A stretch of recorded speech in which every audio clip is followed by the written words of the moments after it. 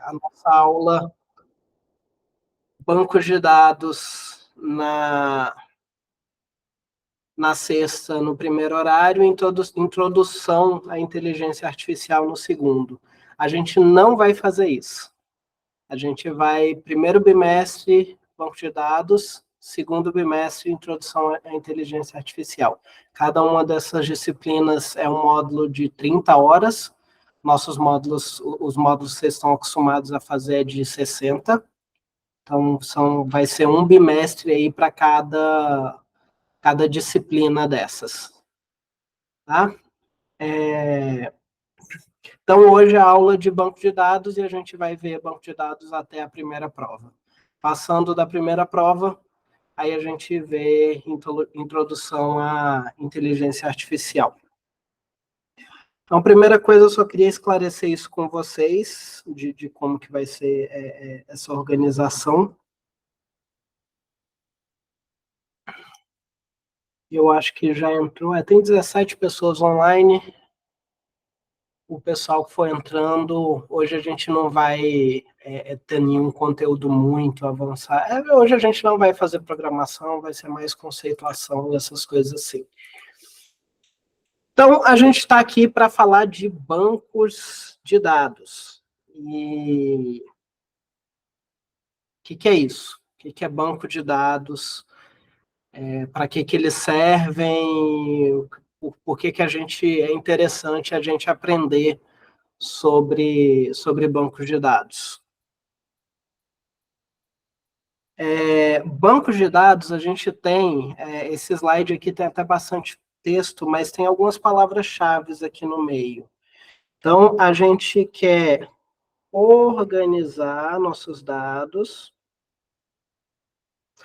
a gente quer acesso eficiente aos nossos dados, quando a gente tem um volume grande de dados, a gente quer integridade dos nossos dados,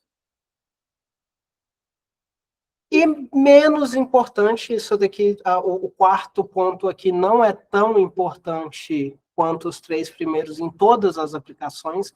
É lógico que existem aplicações onde esse quarto aqui é tão importante quanto os outros.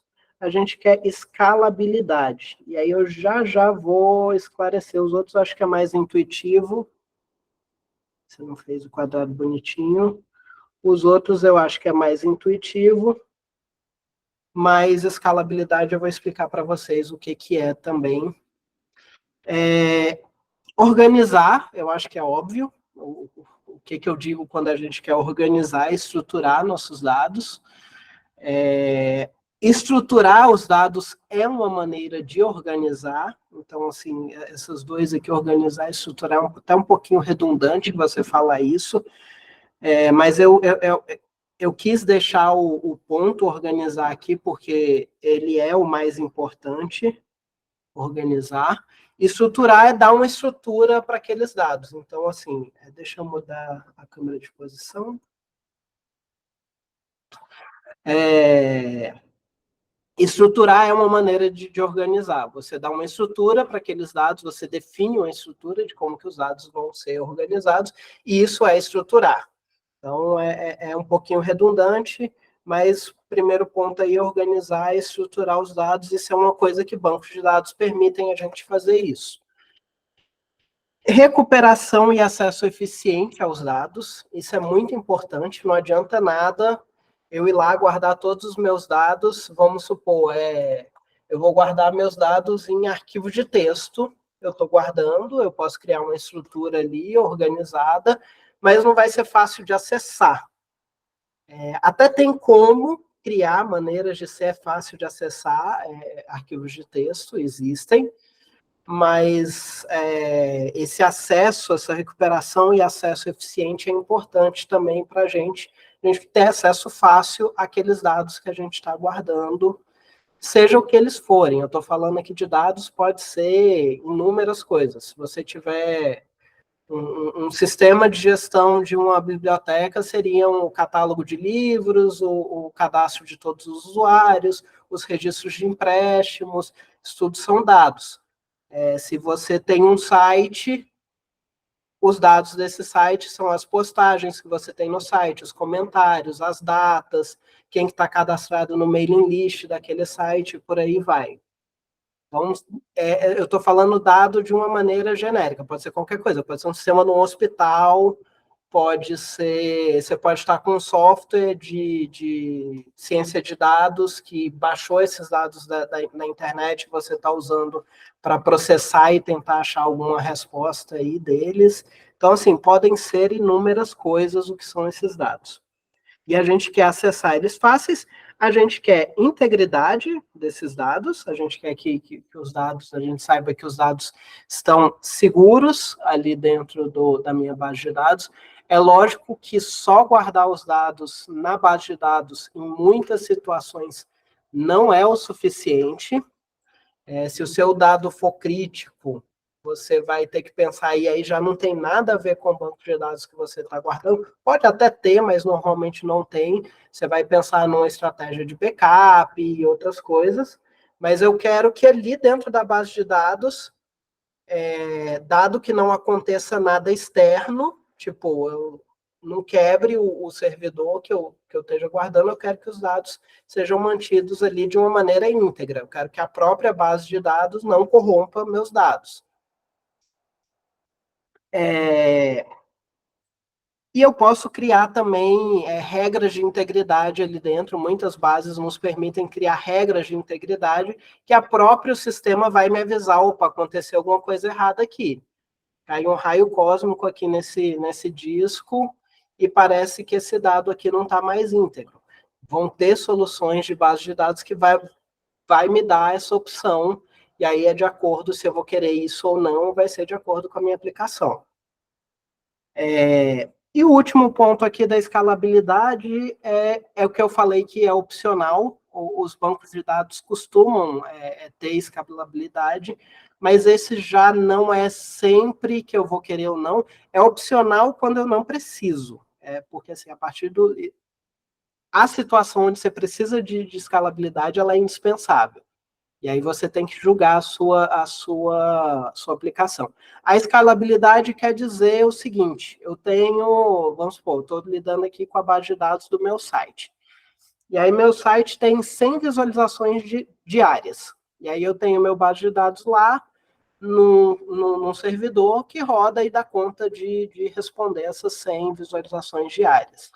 E aí, de um dia para o outro, eu posto lá no meu site um meme que viraliza e meu site passa a ter 1 milhão de visualizações por dia. Aquele sistema de banco de dados que dava conta de 100 pode não dar mais conta de 1 milhão de visualizações por dia. E aí eu preciso ter essa opção de escalabilidade, que é ter alguma maneira de aumentar a capacidade de resposta desse banco de dados. Pode ser, existem várias estratégias diferentes, vai depender do sistema que você está usando, mas vários desses sistemas de base de dados possuem ferramentas que me permitem fazer escalabilidade de alguma maneira. Seja colocar vários servidores em paralelo respondendo a chamadas, seja conseguir migrar a base de dados para um servidor maior, ou alguma coisa do gênero. E aí, isso aí vai depender da solução que você está, mas é um ponto importante também, é um ponto que, em geral, os bancos de dados, eles fornecem para a gente. Então, o principal de um banco de dados, o que caracteriza um banco de dados, é uma ferramenta que me permite organizar, ter acesso eficiente, garantir a integridade e ter uma escalabilidade desse sistema todo para guardar meus dados. Isso é um banco de dados. E isso é o que um banco de dados traz para mim, é como que ele guarda esses dados ali dentro, na maioria das vezes nem me interessa. O que me interessa é a interface com ele, a estrutura que ele usa, esse tipo de coisa. Tudo certinho até aqui, tranquilo? Alguma dúvida? Então, vamos seguir. Ponto principal aí, eu acho que o ponto número 0 aí de banco de dados é organização. Vamos supor aí que são as duas coisas mais importantes, organização e acesso. Então, como que os dados são organizados em um banco de dados? Aqui nesse slide anterior, eu já falei aqui, eu já dei um spoilerzinho de algumas possibilidades. Eu falei em tabela, eu falei em grafos, existe também uma estrutura de documentos. Vamos dizer que esses são os mais comuns. São as formas mais comuns. Eu coloquei aqui grafos no SQL, mas no SQL vão ter outras formas também, como vocês vão ver lá para frente. Existem outros.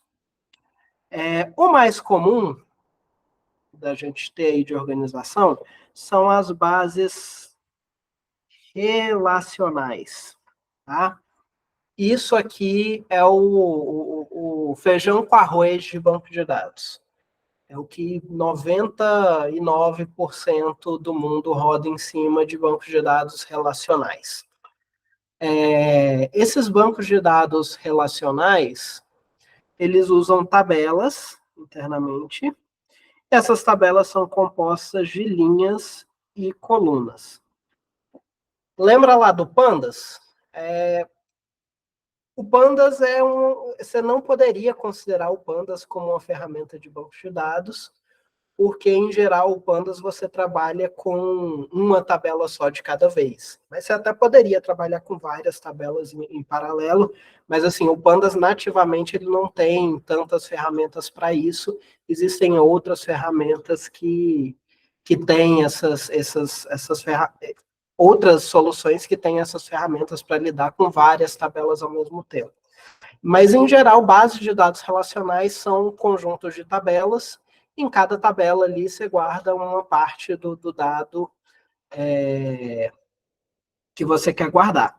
Então, nessas tabelas, cada linha representa um registro e cada coluna um atributo. Como assim? O que é registro e o que é atributo? Vamos pegar o exemplo da biblioteca. Você tem o sistema da biblioteca e você tem a tabela do acervo da biblioteca. Cada registro, vamos supor que essa biblioteca só tenha livro, para simplificar, cada registro nesse exemplo, é um livro. Um livro é um registro. E um atributo é uma característica daquele livro. Então, o que eu vou ter aqui no atributo? Eu vou ter o título é um atributo, o autor é um atributo, a localização na biblioteca,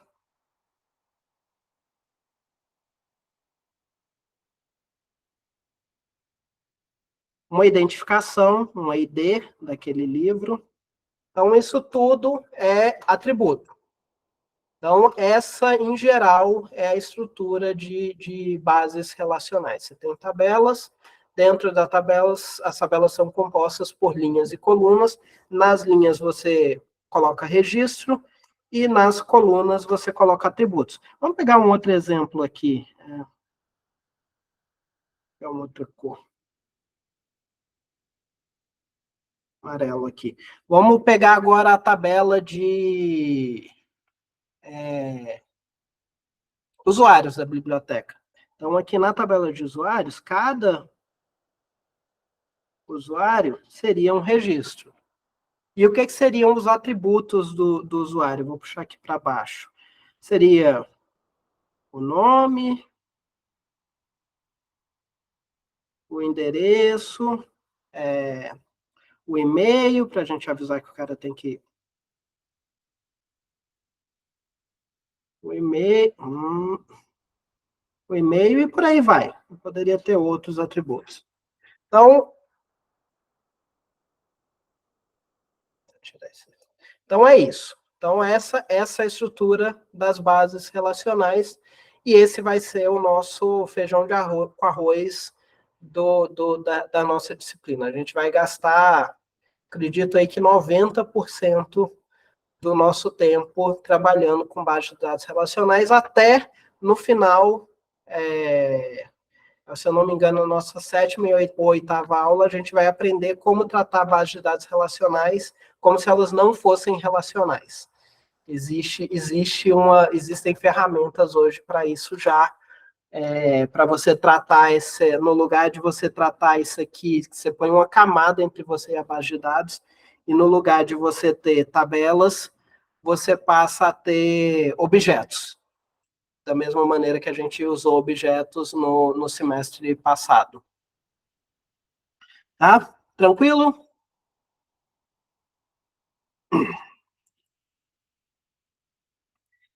Então,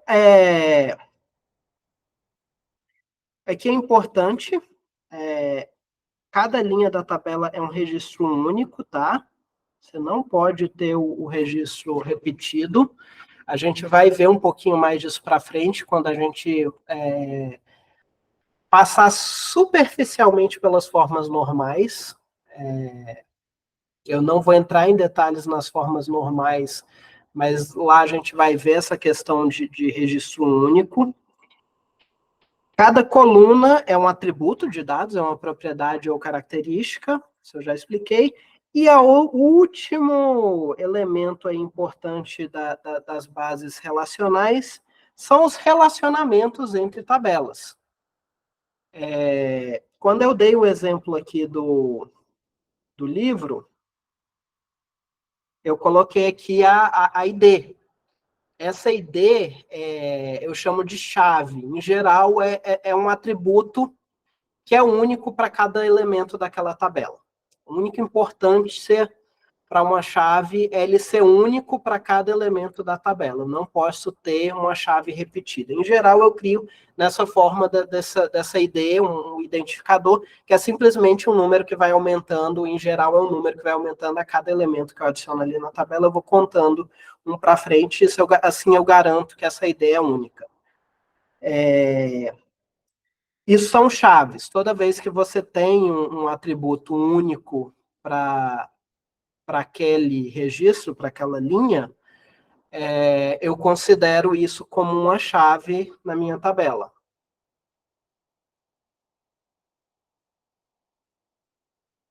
E eu posso usar essas chaves para criar vínculos entre tabelas. Como assim? Vamos para o exemplo da biblioteca rapidinho. Eu vou passar bem superficial agora nesse exemplo, daqui a pouco a gente vai ver um pouquinho mais em detalhe isso. Vamos imaginar o exemplo da biblioteca. Até agora a gente falou de duas tabelas. A gente falou da tabela que guarda o acervo e da tabela que guarda os usuários, certo? E se eu quiser registrar um empréstimo? O que eu posso fazer? Aqui no usuário... Passou. No usuário eu posso ter uma ID do usuário também, tá? E aí eu quero criar uma tabela para guardar empréstimos. Quais seriam os atributos interessantes de eu pôr nessa tabela? Como que eu poderia referenciar os livros e os usuários nessa tabela de empréstimos? Alguém tem alguma sugestão?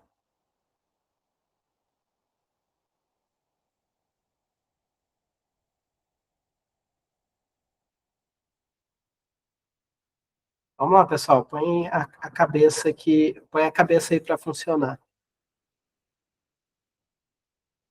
Não, não exatamente. O que eu posso fazer? Eu posso criar uma tabela nova, que cada linha dessa tabela é uma ID de um livro, uma ID de um usuário, e a data que o usuário tem que devolver, por exemplo, ou a data que ele pegou para eu poder calcular quanto que ele tem que devolver. Então, eu posso criar uma tabelinha nova aqui. Ver se aqui tem mais espaço. Não, tá aqui. Posso criar uma terceira tabela.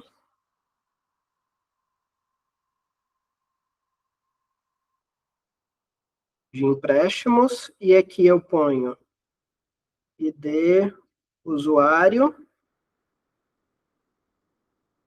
ID livro e a data. E aí, quando eu quiser saber todos os livros que estão emprestados, posso pôr uma coluna aqui, booleana, se o cara já devolveu ou não, por exemplo, também. Não tem espaço aqui não, mas imagina que eu tenho mais uma coluna aqui, booleana, se a pessoa devolveu ou não. Então, eu posso usar as IDs, as chaves das outras tabelas, para fazer referência a elas. Então, essa é a ideia de relações. Então, vamos supor, aqui o usuário 1 pegou o livro 100 no dia 13/3 e ele não devolveu ainda. E aí, se eu quiser saber quem é isso aqui, eu tenho que usar os relacionamentos das tabelas. E essas, em geral, essas ferramentas de base de dados relacionais nos dão ferramentas para isso. Eu faço a requisição de uma maneira, eu estruturo a requisição de uma maneira que no lugar dele me retornar essa coluna aqui, ele já vai lá na tabela do usuário e preenche para mim o nome, o endereço, o e-mail, seja que informação que eu quero. Mas é assim que são feitas as relações os relacionamentos entre diferentes tabelas. Eu crio colunas nas minhas tabelas, que o conteúdo dessa coluna são valores de chaves de outras tabelas. E aí, com isso, eu consigo amarrar as duas tabelas. Eu consigo, a partir da tabela empréstimo,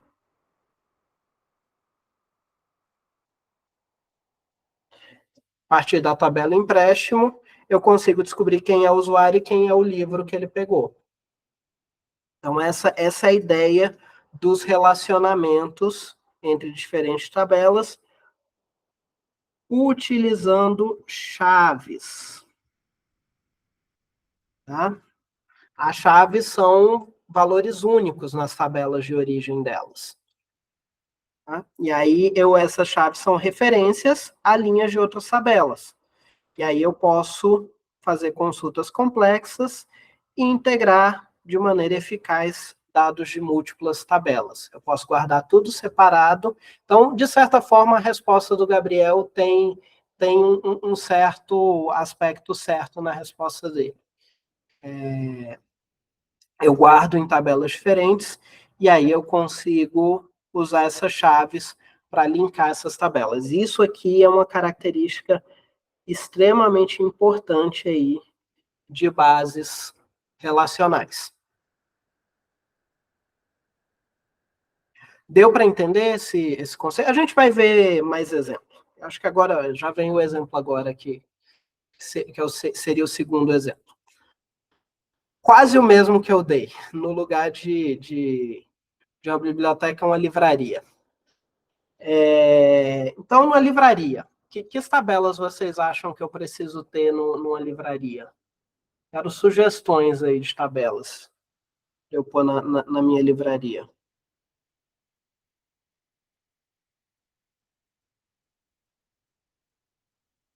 Livros, vendas. Eu estou vendendo para quem? Não ficou boa aqui. Para quem que eu estou...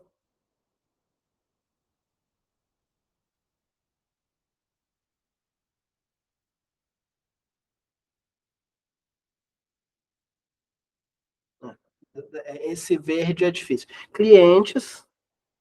Preços, eu não sei se seria interessante, não, porque eu posso pôr no livro, não.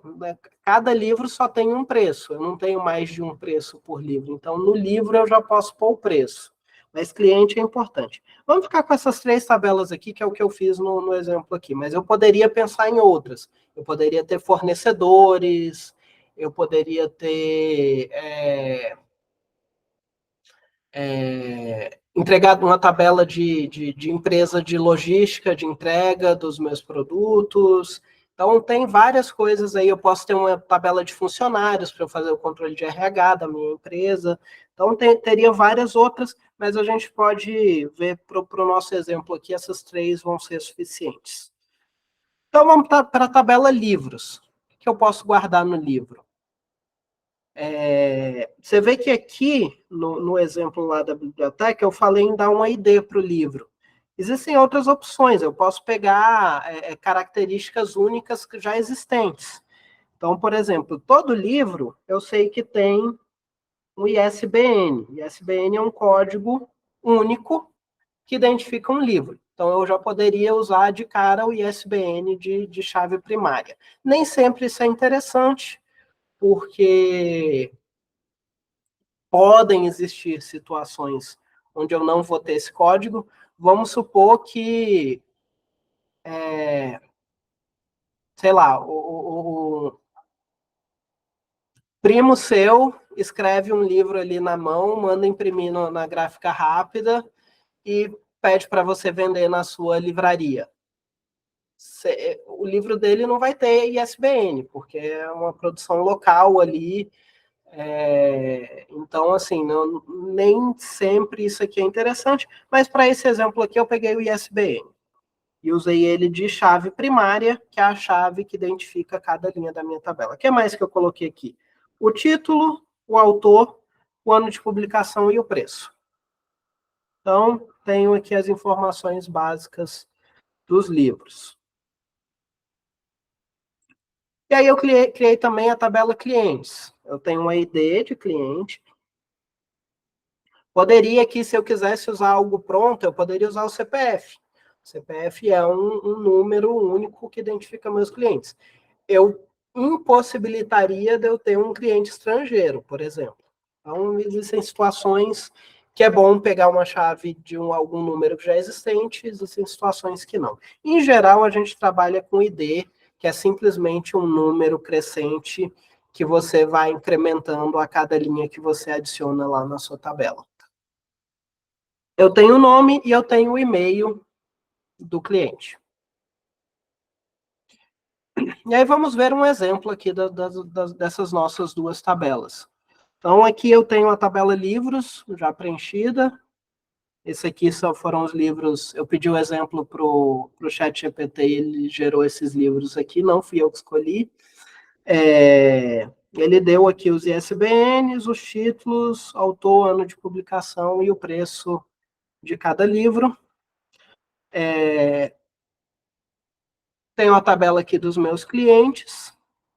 E aí vem, e se eu quiser registrar a venda, como é que, agora que eu já dei, inclusive já dei um exemplo, como é que vocês estruturariam a tabela de vendas?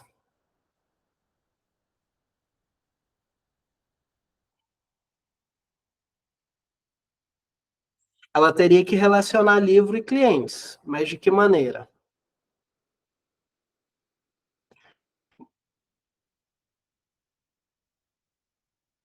Boa, Juan. Só que você não.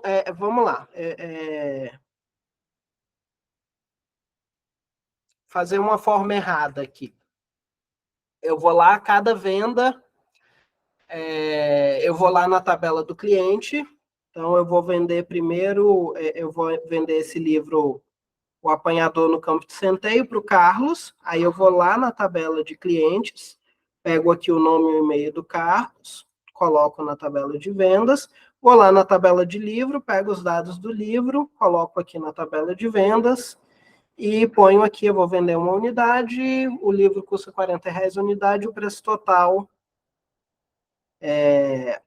que seria mais interessante pôr o preço total, mas ele colocou unitário aqui. Por que essa forma aqui não é boa?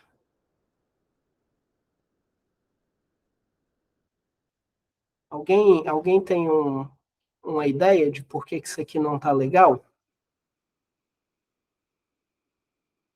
Qual que é o problema de eu fazer desse jeito aqui para a tabela de vendas? Vai que tem dois Carlos Souza, mas esse não é o ponto crítico. Existe esse problema, é um problema sério, mas tem um outro problema mais sério ainda. E se o Carlos trocar de e-mail? Como é que eu vou avisar ele do eu vou ter informação contraditória no meu banco de dados. Então, em geral, você não copia dado de uma coluna, de uma tabela para outra. Então, nunca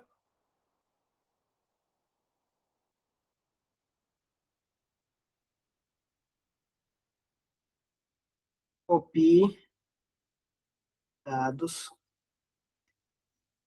entre tabelas. Seus dados sempre têm que ficar em uma tabela só. Seu dado nunca pode existir em mais de um lugar.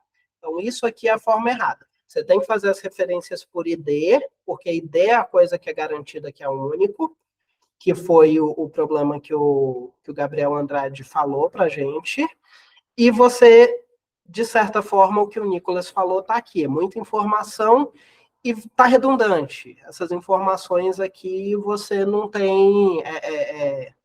você precisa garantir suas informações na base de dados, tem que existir em um lugar só.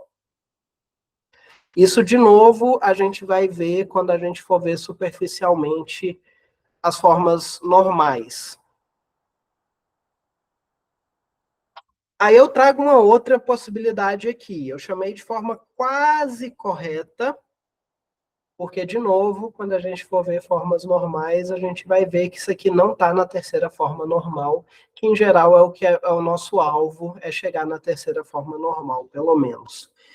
Então, é quase, porque isso aqui ainda não está na terceira forma normal, e daqui a algumas aulas a gente vai voltar nisso e eu vou explicar para vocês por que não está. E aí, aqui, a forma quase correta, eu tenho ainda a ID da venda, eu tenho a ID do cliente, que é a chave primária lá do cliente. Se a gente voltar aqui na tabela de clientes, ó, minha chave primária, a ID do cliente. A chave primária dos livros é o ISBN. Então, eu tenho a ID do cliente, o ISBN, a data da venda, a quantidade e o preço total da venda.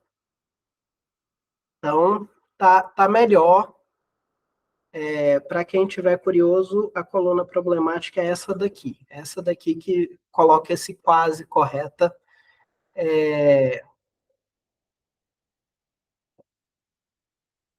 Mas para eu fazer da maneira correta, eu precisaria de um sistema bem mais complexo. Para eu fazer de uma maneira correta, isso aqui está errado também. Tá? Mas eu não vou entrar em detalhes. Mas isso aqui já é uma maneira bem melhor. Tem esse problema também, Juan. Essa forma aqui não prevê isso. Também tem esse problema. E aí, se o cliente quiser comprar 2 ou mais livros, eu precisaria ter mais uma tabela. E aí a gente vai ver isso mais para frente. A gente vai ver isso nas formas normais, e quando a gente for ver formas normais, a gente vai ver isso. Eu não teria como ter simplesmente uma tabela vendas, eu precisaria ter mais uma tabela para permitir que o cliente compre mais de um livro diferente na mesma venda. O Paulo viu o problema ali de quando a gente for ver a questão do preço total. Eu precisaria de mais uma tabela para conseguir armazenar variações de preço. Se o preço subir ou descer e eu ter o valor histórico de quanto que a pessoa pagou, sei lá quando, para trás, eu precisaria ter mais uma tabela também para guardar esses valores históricos do preço. Então, o negócio vai complicando. Quando você para pensar como que tem que ser feita certinha a tabela, tem muitos fatores que você tem que levar em consideração, e aí o que vai te dizer o quão complexa você precisa fazer a sua tabela é as formas normais, mas isso não é conteúdo dessa aula. Tá? Aqui a gente só quer ver a ideia geral. O importante para a gente é isso aqui, as relações entre as tabelas. Essas relações é o que são importantes para a gente.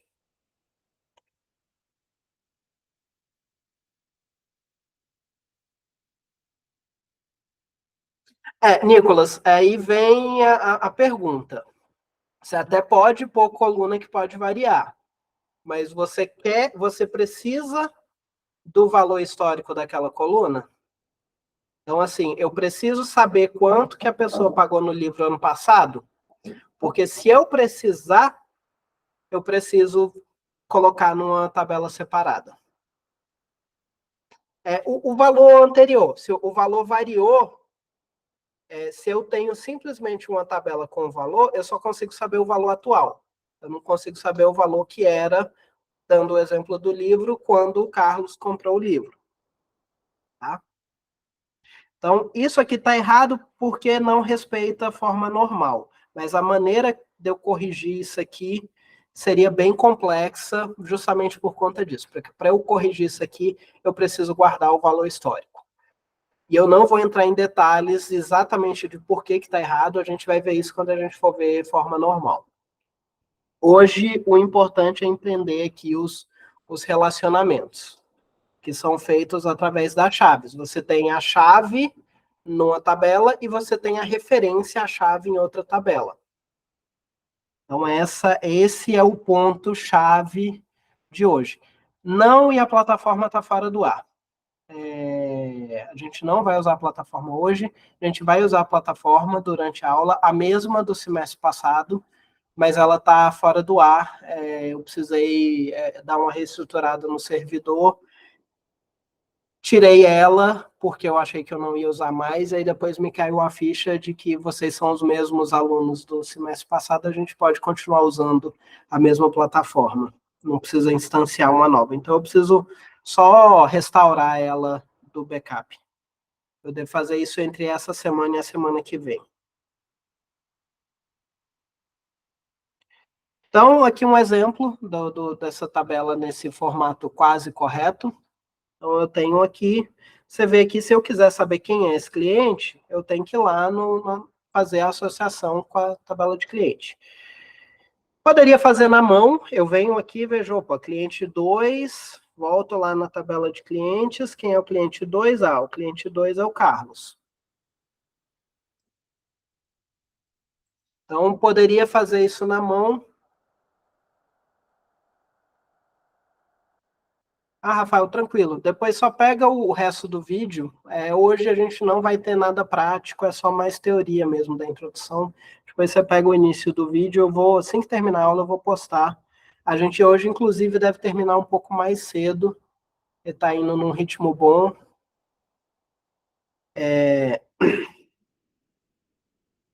E aí eu poderia fazer isso na mão, mas, em geral, eu não preciso. Eu ainda falei, essa não é a melhor forma de estruturar essa tabela, a gente vai ver em aula futura. Mas aqui vem o ponto importante, vem o próximo tópico aí importante, como que a gente acessa. Por exemplo, eu preciso fazer na mão, e na mão olhar lá aquele exemplo que eu dei da ID do cliente, voltar na tabela do cliente para descobrir quem é esse cara? Não. Eu tenho uma linguagem que se chama Structured Language Query Language, que seria uma linguagem estruturada para requisições, que ela já tem as ferramentas para mim, que me permitem fazer isso. Ela permite eu acessar tabelas, adicionar dados a tabelas, criar tabelas, deletar linha na tabela, acessar tabelas simultaneamente. Eu posso, na minha requisição SQL, na minha query SQL, dizer, eu quero acessar a tabela de vendas, tá? Mas a ID do cliente é a ID, é na tabela cliente, coluna ID. O ISBN é na tabela livros, coluna ISBN. E aí eu posso dizer isso na minha requisição, e no lugar dele me voltar essas duas tabelas aqui, ele vai me voltar algo mais parecido com isso. Então, ele já vai carregar do cliente o nome, o e-mail, o título, o autor, a data da publicação e todas as informações que eu preciso do livro. Ele meio que junta as duas tabelas. as duas, as três, seja quantas tabelas eu fizer. Eu digo na requisição, eu já digo quais são as relações e o SQL automaticamente já cuida para mim de puxar esses dados das outras tabelas. Então, o SQL vai ser a palavra-chave. Então, vamos lá. Vou repetir aqui. Eu preciso acessar essa venda aqui. Eu preciso acessar essa venda porque eu cheguei no fim do dia e eu preciso mandar um e-mail para todos os clientes que fizeram compras na minha livraria. Eu preciso mandar um e-mail para eles com a nota fiscal da compra deles, tá? Aí eu vou acessar essa tabela. Eu venho lá no meu sistema de banco de dados e eu vou dizer para ele: abra vendas. Tá? Aí eu peço para ele: abra vendas. Eu estou inventando uma linguagem aqui para eu conversar com a base de dados. Quando eu falar abra vendas, ele vai me voltar essa tabela aqui que está desse jeito. O que eu posso fazer? Eu posso dizer para ele: abra vendas,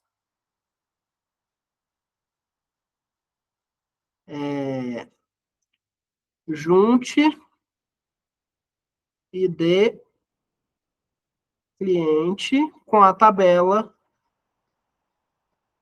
cliente coluna ID. O que eu estou dizendo aqui? Eu estou dizendo que o valor dessa coluna aqui, esse valor 2, que era para ele olhar lá na tabela cliente, na coluna ID, é para ele procurar o 2 lá, e o cliente lá que tiver o valor 2 vai ser o cliente dessa linha aqui. E aí ele vai poder substituir isso aqui pelo nome e pelo e-mail do cliente, que é os dados que eu tenho lá. Tá? E aí eu posso dar um outro junte aqui. Junte. Lá mais para frente vocês vão ver por que eu estou chamando disso, quando a gente for ver SQL, quando a gente for ver como fazer isso com SQL, lá na tabela livros, ponto, ISBN. E aí eu estou dizendo, esses valores aqui de ISBN, vai lá na tabela livro, acha a linha que tem esse valor de ISBN e substitui e carrega os dados dela aqui. E aí aqui ele vai carregar o título, o autor e todos os outros dados que tiver lá na tabela de livros. Então, o SQL ele tem um comando, um modificador de quando eu acesso a tabela, que já me permite fazer essa junção de duas tabelas. Ele vai substituir a ID do cliente pelos dados do cliente, vai adicionar colunas aqui. Quando eu puxar a minha tabela vendas com esse comando aqui, no lugar dela aparecer com isso daqui que vocês estão vendo, ela vai ficar mais parecida com isso, porque ele vai ter carregado o nome, vai ter carregado o e-mail, vai ter carregado o título do livro, o autor e os demais dados que forem necessários, que não caberia aqui no slide. Então, eu posso acessar dados de várias tabelas simultaneamente quando eu uso uma linguagem como a SQL. A SQL é uma linguagem própria para esse acesso. E o nosso curso é 80% SQL. Vocês estão aqui, se a gente tem um objetivo nesse curso, é aprender SQL. A gente vai aprender um pouquinho de como usar SQL em Python e imediatamente a gente vai aprender como não usar mais SQL em Python, porque tem como, mas a gente precisa aprender como que o SQL funciona para poder saber usar bem bases de dados SQL, mesmo que a gente não esteja usando o SQL diretamente para acessar elas. Então, SQL é a base, é a linguagem usada para acesso a bases relacionais e ela é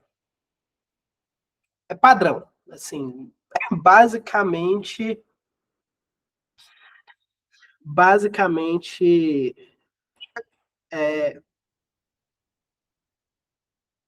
tudo toda base de dados relacional hoje em dia, ou usa SQL, ou usa alguma variação de SQL. Então, a SQL é muito importante. E é importante você entender como ela funciona, para você, mesmo que você não esteja usando, você saber usar a sua tabela, sua base de dados de maneira eficiente. E tem...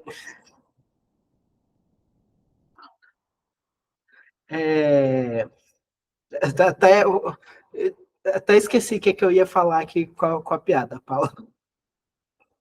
Mas tem hoje camadas que permite você não usar o SQL para acessar essas bases que usam o SQL. Mas é importante entender como funciona e vamos assim, nem sempre vocês vão ter a opção de usar essas ferramentas, tá?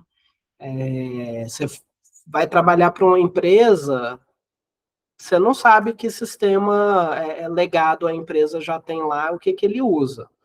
Às vezes ele pode não ter o SQL. Então, o SQL é bastante importante, apesar de ter maneira de pular ele, essas maneiras são novas e não é tão comum. Se fosse comum, ninguém usasse mais SQL, mesmo o SQL estando no background, aí eu ensinava vocês como que todo mundo faz.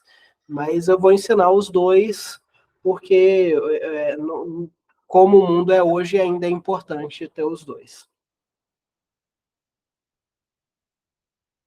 Tá? O SQL a gente permite a gente selecionar dados de uma ou mais tabelas, inserir dados, atualizar, deletar, de acordo com critérios. É uma linguagem padronizada que para eu construir essas requisições aqui. Eu inventei um aqui em português, mas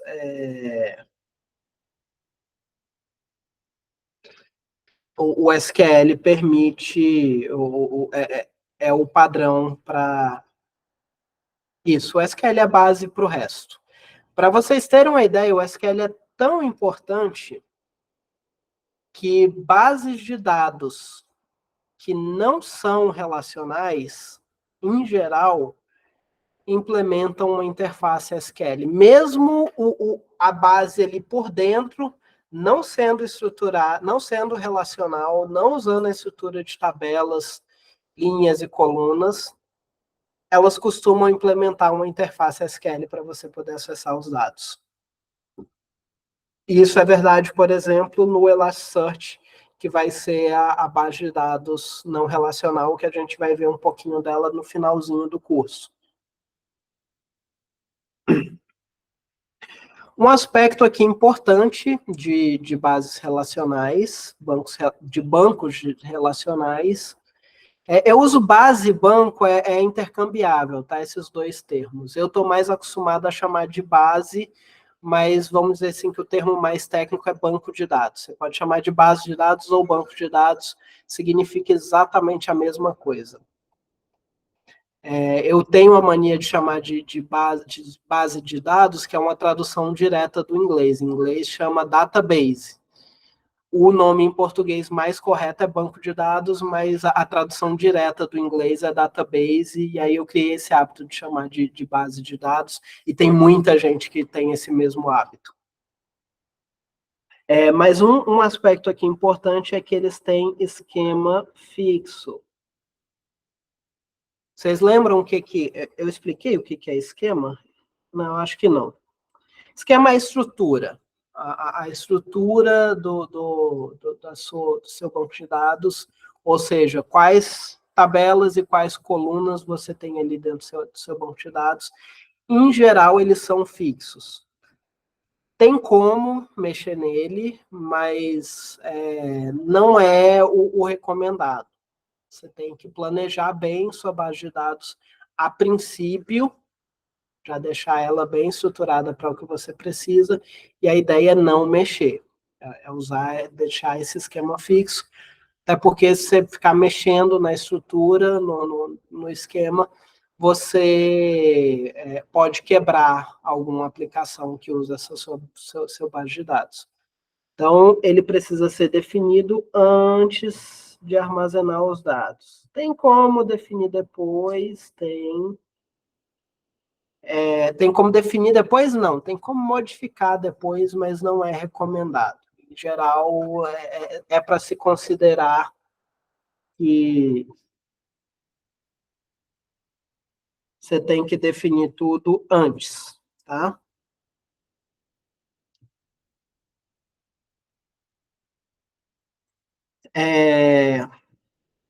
Então, as estruturas das tabelas, os tipos de dados das colunas devem ser estabelecidos antecipadamente.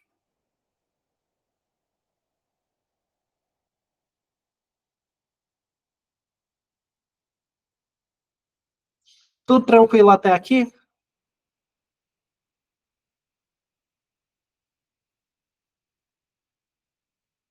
Agora são 5 para as 4. Vamos continuar.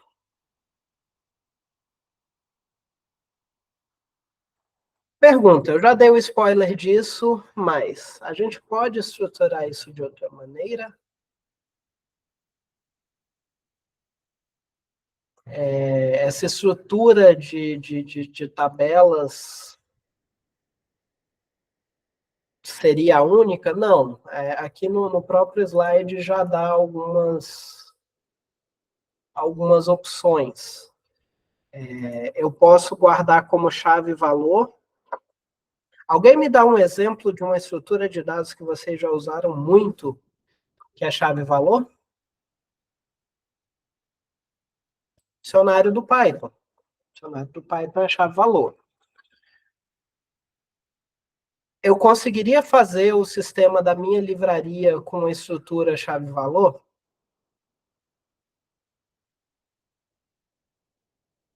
Se eu quisesse guardar todos os dados da minha livraria, conseguiria. Eu conseguiria. Não ia ficar um negócio bonito. Mas conseguiria. Existem situações onde é interessante chave valor. A gente tem esses dados aqui colunares.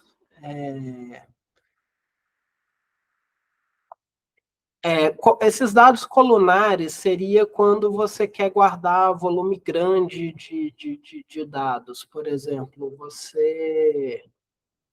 Big Data, por exemplo, você tem um sensor que mede, sei lá, 1000 vezes alguma coisa por dia, e você tem 10.000 sensores desses espalhados por uma cidade.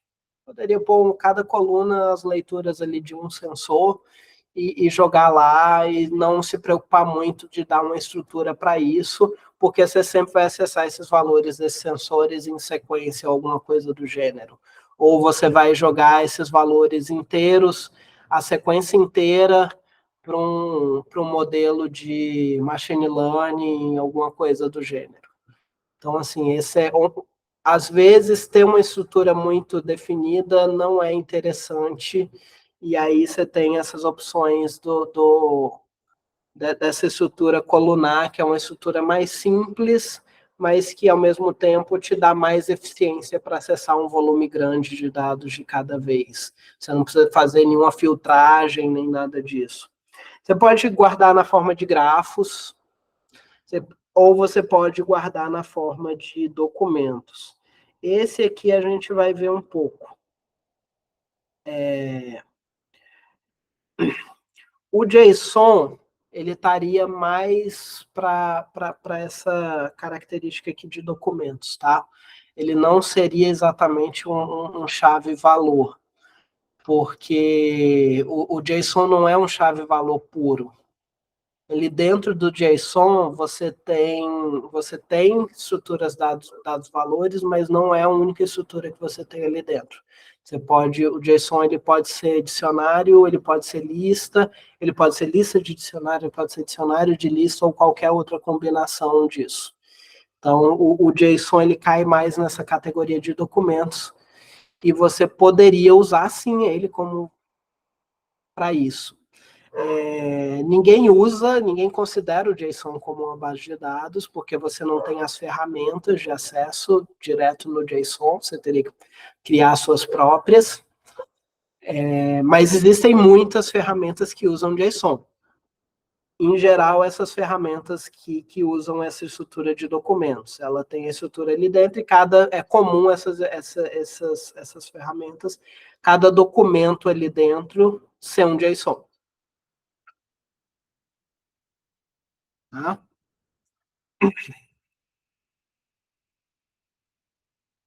Em geral, eles são chamados de NoSQL. Por que é chamado de NoSQL? Alguém chuta por quê? Eu não uso SQL. Basicamente é isso. Eu quero me livrar das limitações do SQL. SQL é muito bom, muito flexível, mas vai ter hora que eu não vou conseguir fazer exatamente o que eu quero, ou o que eu quero fazer precisa ser feito de uma maneira extremamente complexa. Se eu tenho, vamos voltar aqui já que a gente está com tempo, vamos voltar aqui no exemplo da venda. Eu falei que se eu quiser permitir que a pessoa compre mais de um livro na mesma venda, eu precisaria criar outra tabela, ou a complexidade crescendo aí. Eu falei que se eu quiser passar o preço certo de quando a pessoa pagou, quando ela comprou, eu preciso de outra tabela para o preço. E aí, se eu tiver uma estrutura de documentos, pode ser que eu não precise.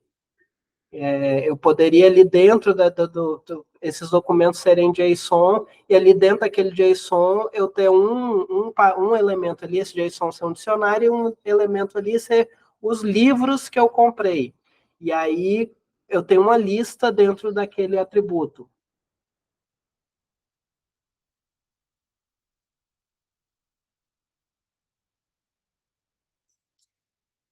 Mas eu quero deixar bem claro o óbvio mesmo. É óbvio, mas.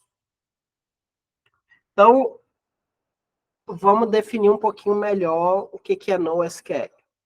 NoSQL é um termo geral, não existe uma característica única de NoSQL. É um termo geral que aplica a uma variedade de tecnologias de bancos de dados que são projetadas para superar as limitações das bases relacionais tradicionais. Então, em geral, qualquer base que usa uma estrutura que não é relacional tradicional, eu posso chamar de NoSQL.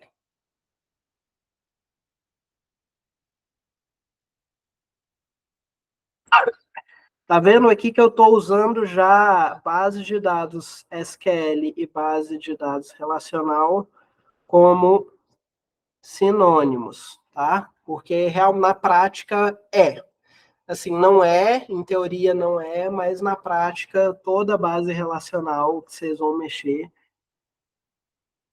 ou usa SQL ou usa uma variação de SQL. Tá? E aí, quais são as principais características que as soluções NoSQL atacam? Tabela fixa e a linguagem SQL para manipulação de dados. Tá? Então, elas têm vários modelos diferentes para atender diferentes necessidades. E, em geral, atacando essas limitações em específico. Alguns exemplos de NoSQL. A gente tem a base de documentos. Então, em geral, armazena dados em documentos semelhantes a JSON, permitindo a estrutura de dados complexas e hierárquicas. Então, você pode ter, dentro da venda, você tem uma sub-hierarquia, que são as referências para os livros que estão naquela venda. Então, você tem uma hierarquia aí, você pode ter uma hierarquia.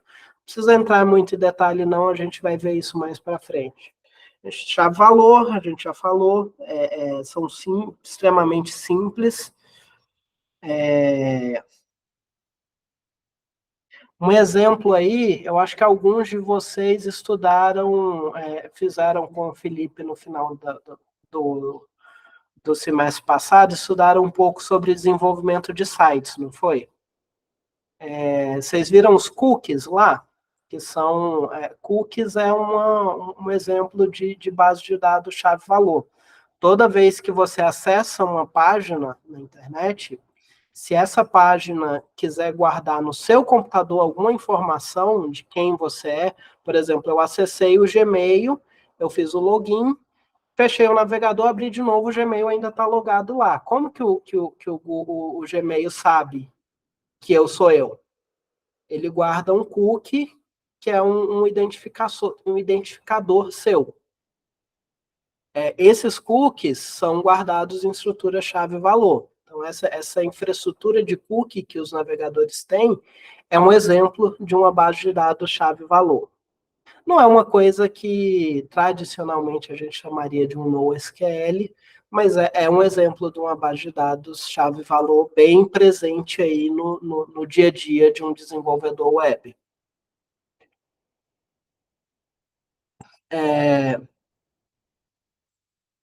Colunários, eu já expliquei, em geral é usado em Big Data,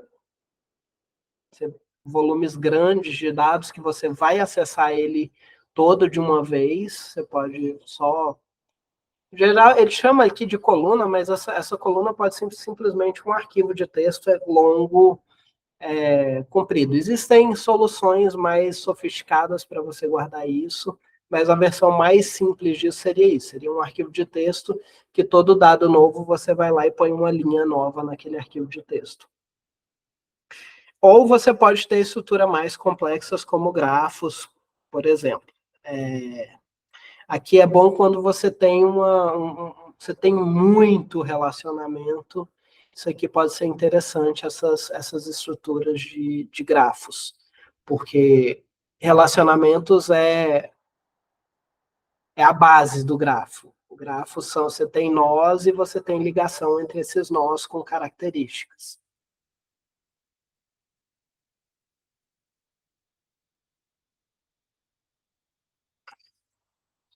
Até agora a gente falou de conceito. Tudo que a gente falou foi conceitual. O único exemplo prático que a gente deu de linguagem foi a SQL, para dizer que tudo relacional usa SQL. Agora vamos mais para o pé no chão e entender como que a gente vai fazer isso. Que softwares que a gente vai usar e que softwares que tem disponível. Em geral, um software que você usa para guardar e manipular um banco de dados, ele é chamado de um sistema de gestão de bancos de dados, ou SGBD. Em geral, a gente chama isso simplesmente de banco de dados, mas hoje, para a gente ter a definição mais certinha, vamos dar o nome completo dele, que é o SGBD, Sistema de Gestão de Bancos de Dados. Os SGBDs são softwares que permitem a criação, manipulação, armazenamento e acesso de dados em bases de dados. Tá? Eles têm as ferramentas necessárias para a gente criar a estrutura, gerir ela, organizar, guardar os dados, consultar e administrar esses dados. Então, todo esse intermédio, ele guarda o dado, você nunca tem acesso direto, não existe um arquivo no seu computador, pode até existir, mas você nunca vai acessar um arquivo direto onde está guardado os dados. Você sempre vai acessar aqueles seus dados pelo sistema de gestão do seu banco de dados.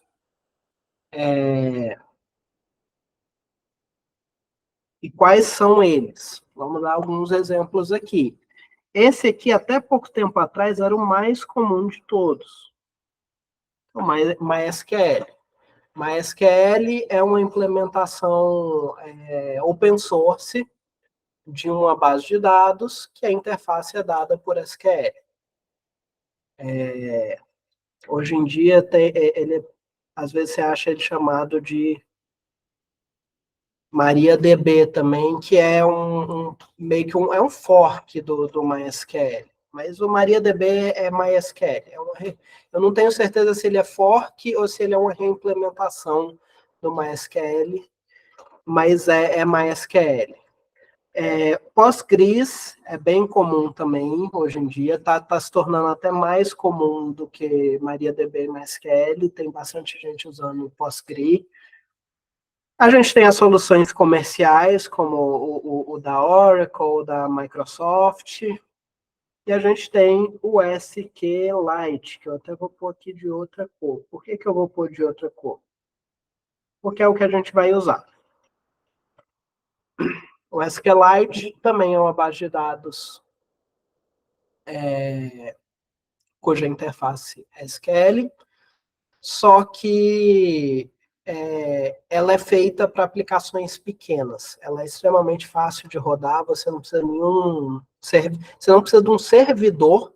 Na verdade, o cliente que gere diretamente a base de dados. Então, quando você importa a biblioteca SQLite no Python, a biblioteca SQLite vai direto abrir o arquivo da sua base de dados e você vai poder usar a SQL ali para mexer nela. Então, é uma coisa que você não precisa de um servidor e por isso que é interessante para a gente estudar. Ela peca lá naqueles 4 aspectos que a gente viu lá no início, na escalabilidade. A SQLite não tem escalabilidade. Mas se você aprender a usar SQLite, você vai saber usar MySQL. A interface é muito parecida. Alguns exemplos de NoSQL, MongoDB e Elasticsearch são exemplos de NoSQL com base em documentos.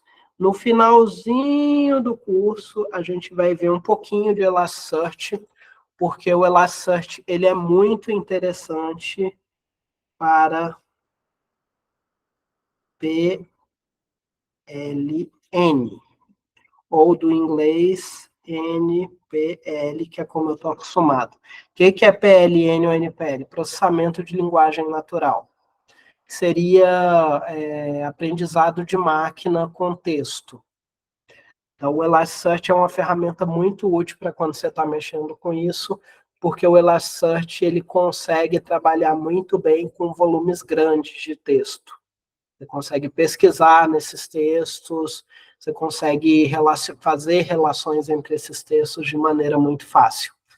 Então, o Elasticsearch vai ser meio que uma ferramenta que a gente vai ter para lá na frente, quando a gente estiver processando texto, a gente poder usar ele.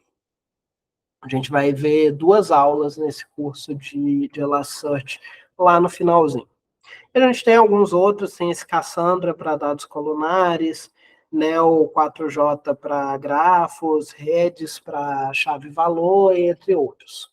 Eu só quis trazer alguns exemplos e dar para a gente quais são os 2 que a gente vai usar. A gente está quase na hora do intervalo, mas também a gente não está muito longe de terminar o conteúdo da aula de hoje. O que vocês acham da gente esticar até o fim e terminar mais cedo? Eu chuto que a gente vai acabar lá para 4h40, 4h50 no máximo.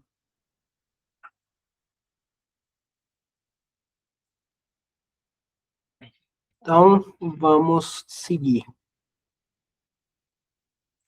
Quais utilizaremos? Eu já dei o spoiler. Eu estou ótimo hoje em dar o spoiler.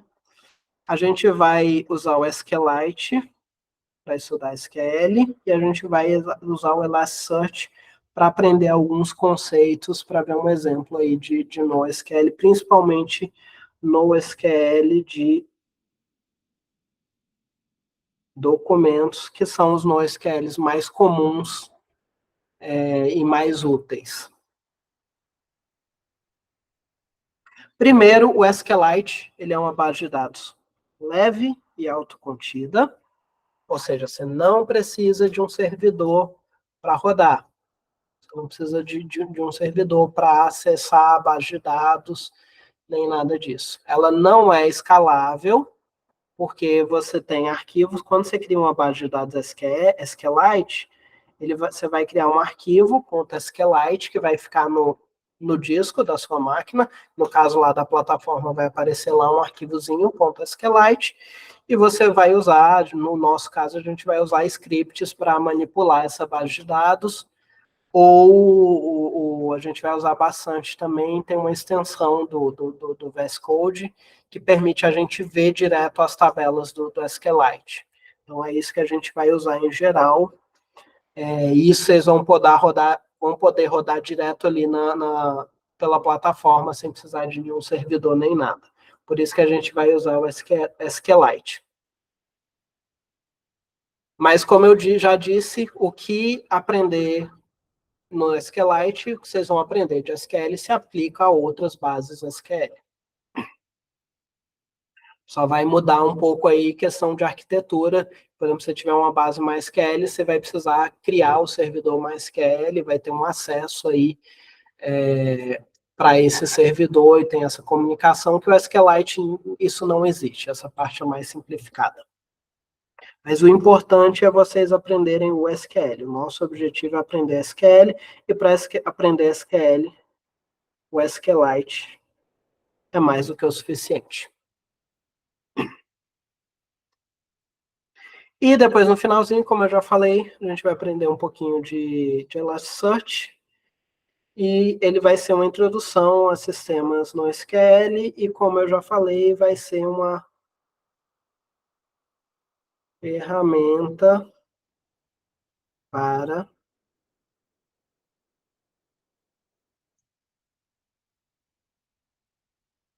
processamento de linguagem, tá? Quando vocês forem rodar a palavrinha-chave que eu odeio esse termo aqui, inteligência artificial. Quando a gente for aprender na matéria Introdução à Inteligência Artificial, eu explico para vocês por que eu odeio esse termo inteligência artificial. Mas esse aqui vai ser ferramenta para inteligência artificial em textos. Tá?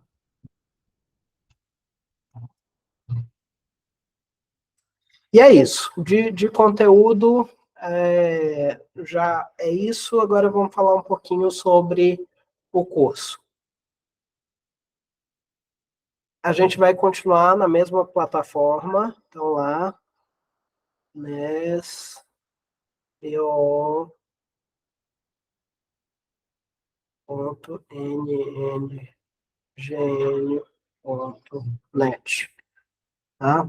Mesmo endereçozinho, não está no ar. Até a aula que vem eu instancio ele de volta. Todos os arquivos de vocês vão estar lá. Eu vou tentar copiar para uma pastinha separada. Vou criar uma pasta módulo 2 e jogar tudo que tem na pasta de vocês para essa pasta módulo 2, mas vai estar lá e a gente vai usar ele. Já vou falar disso, Nicolas. A gente já vai chegar.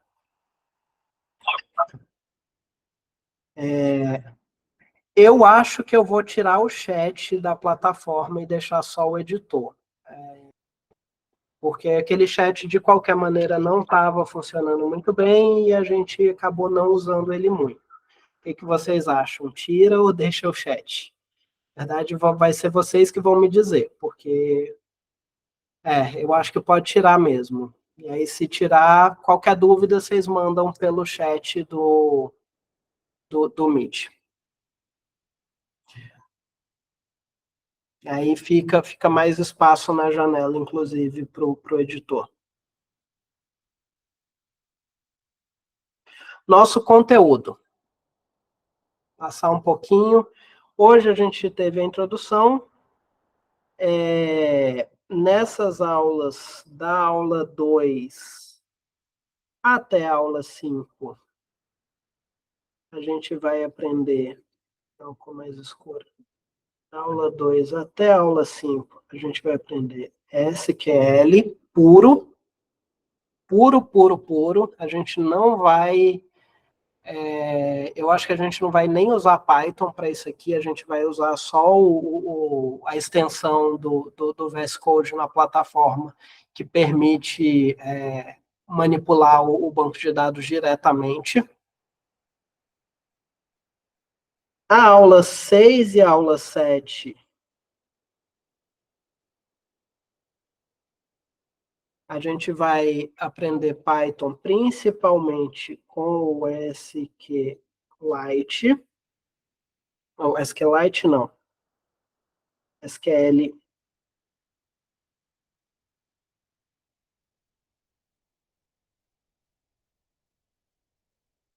SQL Alchemy, que é o que eu falei para vocês, que é para usar SQL sem usar SQL.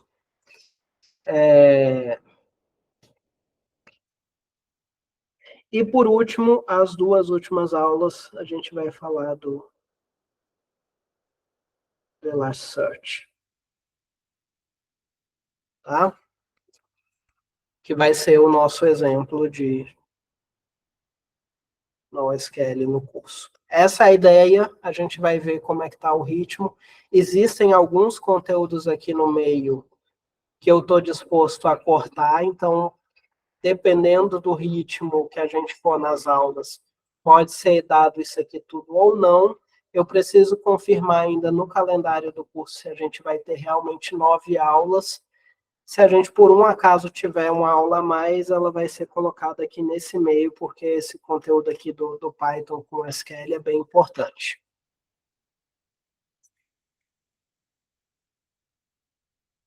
E aí a pergunta que eu acho que é a que vocês estavam mais querendo saber. Critério de avaliação.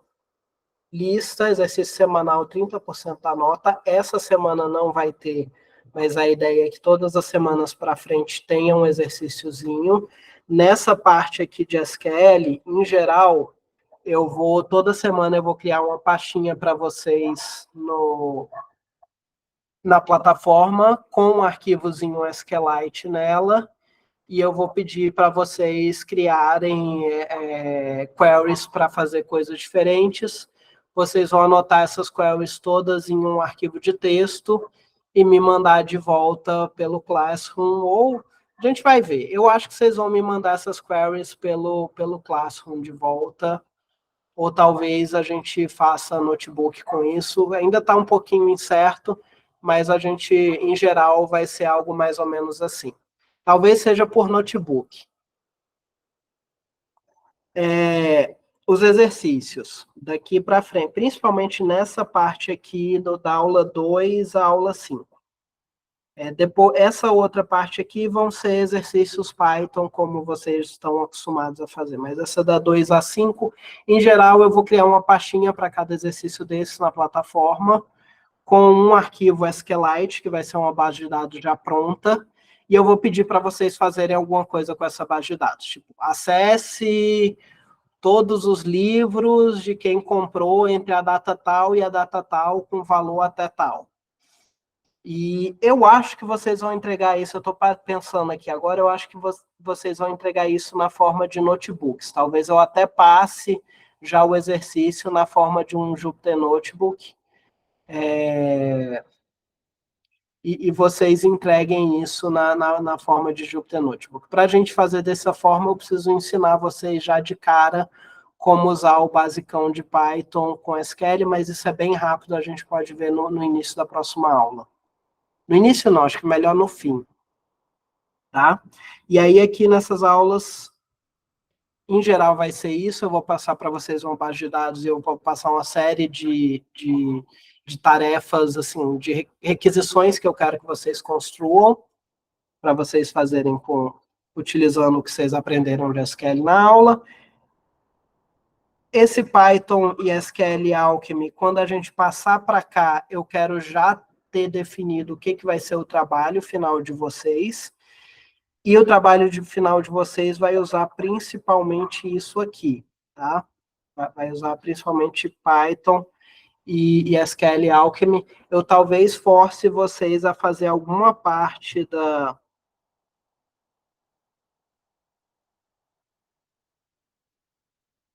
Talvez eu force vocês a fazer alguma parte do trabalho com SQL puro, porque, afinal, metade do curso é SQL puro, mas vai ser, eu vou passar por aqui, a ideia é vocês terem umas 4 semanas para fazer esse trabalho. E o Elasticsearch não vai entrar no trabalho. Vai ter só exercício semanal ali nas 2 semanas do Elasticsearch, não vai entrar. Então, o conteúdo do trabalho vai ser isso aqui. E não vai ter prova. Tá? Finalmente, eu acho que vocês já estão maduros o suficiente no curso para a gente não precisar mais de prova de programação.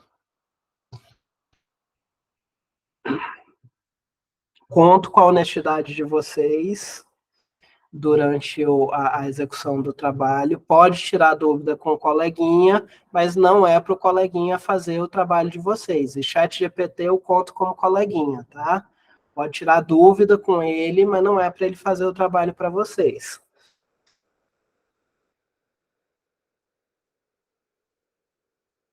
Tá? E livro. Acho que eu não coloquei, não. Isso aqui é só uma página em branco. A gente tem um livro para a parte de SQL. Vou entrar aqui. Ele vai gerar a tela. Ah, ele. Tá, beleza. Já está lá na plataforma esse livro aqui. Já pirateei para vocês. Esse livro foi pirateado exclusivamente para vocês. Não tinha ele em português em nenhum lugar da internet. Eu comprei ele e tirei o DRM dele para mandar para vocês. Esse livro aqui, do Thomas Neild, Introdução à Linguagem SQL, ele não é um livro longo, ele é bem objetivo e ele usa o SQLite também. Então, por isso que a gente está usando ele. A nossa, se vocês compararem lá com a ementa, as aulas da aula 3, aula 5, é bem aqui, ó, capítulo 4, 5, 6. Eu acho que o 7 eu pulei, eu não tenho certeza, mas eu acho que eu pulei o 7. Agora eu fui lá.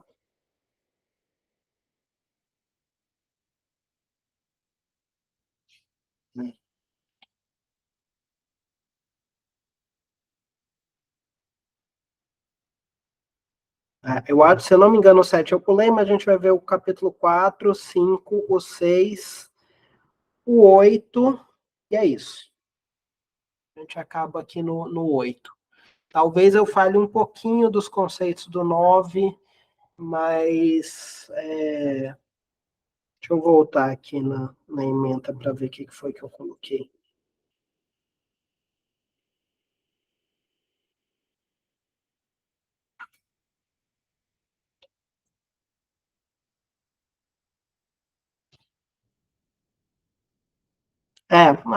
Talvez tenha algum conceito do 9, eu não tenho certeza se esse livro fala das formas normais ou não, a gente vai falar de superficial.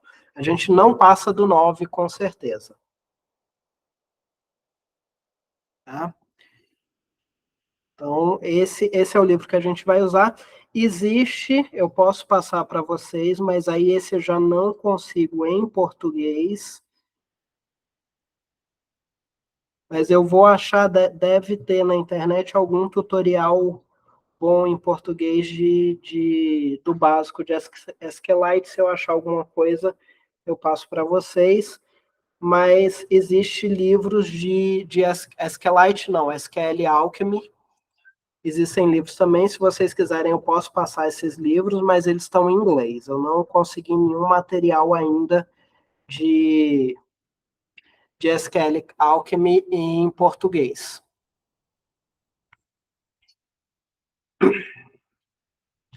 E o Elasticsearch também, material que tem, está em inglês. Existe inclusive um livro, que eu acho que é para estar aqui em algum lugar.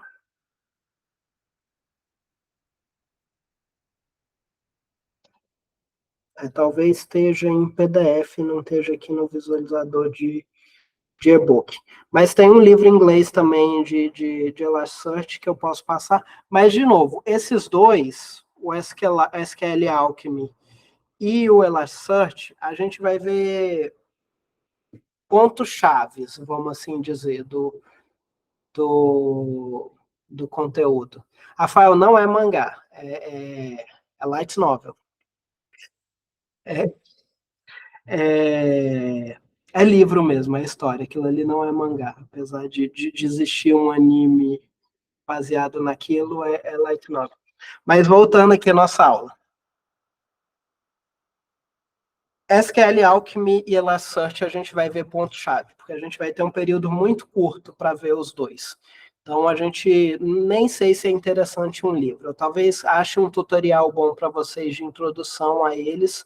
A gente não vai ficar só na introdução, porque existem alguns conceitos um pouco mais avançados que eu quero passar para vocês dos dois, mas eu não vou estender muito em cada conceito. Eu vou meio que mostrar para vocês, existe, ele consegue fazer isso, e se vocês tiverem interesse, vocês pesquisam mais. Beleza? Alguma dúvida mais do funcionamento do curso?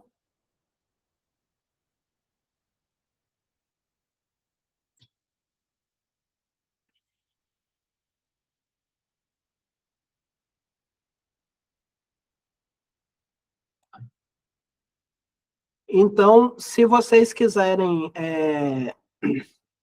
já como tarefa de casa, já que não vai ter lista hoje, dei uma estudadinha no capítulo 1 desse livro, que vai ser o conteúdo da nossa próxima aula.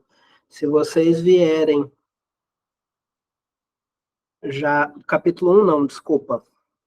Capítulo 4, tá? Select. Esse aqui é o conteúdo do nosso próximo conteúdo. Vocês lerem pelo menos o início aqui já vai ajudar bastante na hora que a gente for fazer na prática. Vocês podem instalar esse software que ele indica aqui, que é esse SQLite Studio. Nos primeiros capítulos ele fala desse software, mas eu não sei se tem ele para Linux. É o pessoal que está com o notebook emprestado. Os primeiros capítulos vocês podem ler, mas não é obrigatório, tá? Se quiser, só mesmo como referência, eles são bem curtinhos. Ó. O início do capítulo 4 é na página 23.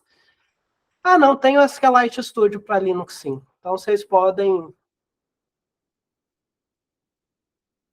se quiser, pode baixar ele e instalar ele. Só dar uma dica para vocês, se vocês forem baixar no Linux, você baixa e depois vai nas propriedades do arquivo, em permissões, e tem que marcar uma caixinha, permitir a execução desse programa, tá? E aí vocês vão conseguir instalar ele. Deixa eu conferir uma coisa aqui. Download, quais versões que tem? Só tem esse ponto .run. Mas é só fazer isso, baixa, aí no Linux, no Windows é só baixar a versão do Windows, no Linux é só baixar a versão do Linux e na propriedade marcar como executável, e aí ele deve instalar de cara, e aí com isso você já tem uma ferramenta para brincar com ele. Além disso, na plataforma, quando a plataforma voltar, vocês conseguem ir lá nela. E deixa eu abrir um VS Code aqui para mostrar para vocês.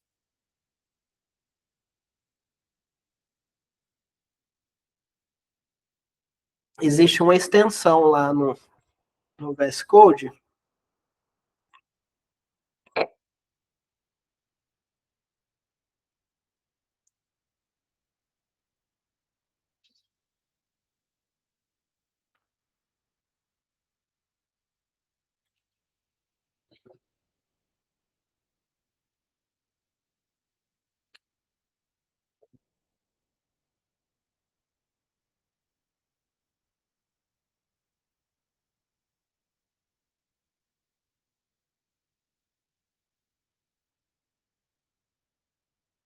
que é essa daqui, SQLite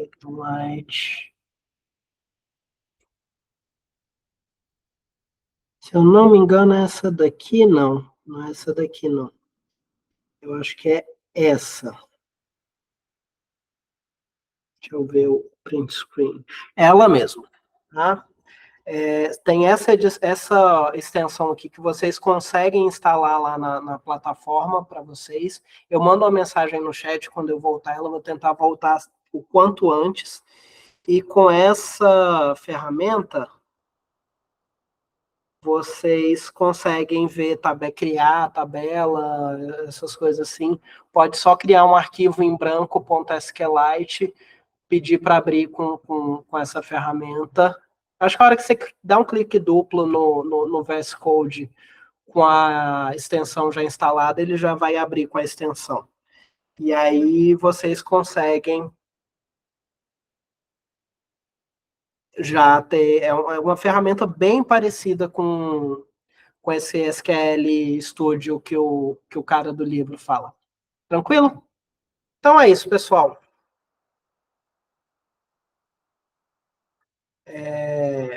A hora que eu criar lá, instanciar a plataforma, eu aviso vocês e eu mando o nome da extensão para vocês instalarem. Eu vou tentar instalar ela automaticamente. Se eu não conseguir, é só clicar aqui nesse íconezinho aqui, que é uns quadradinhos, esse ícone, que é o gestor de extensões dele. Beleza? Então, pessoal, até semana que vem. Se conseguirem, dê uma estudadinha já, aproveita que não tem exercício. E até semana que vem. Agora eu preciso voltar com o mouse para o desktop para eu conseguir parar o. O livro já está na plataforma, gente. Já está lá. Está o livro e a ementa do curso. Eu postei no início da semana. Tá?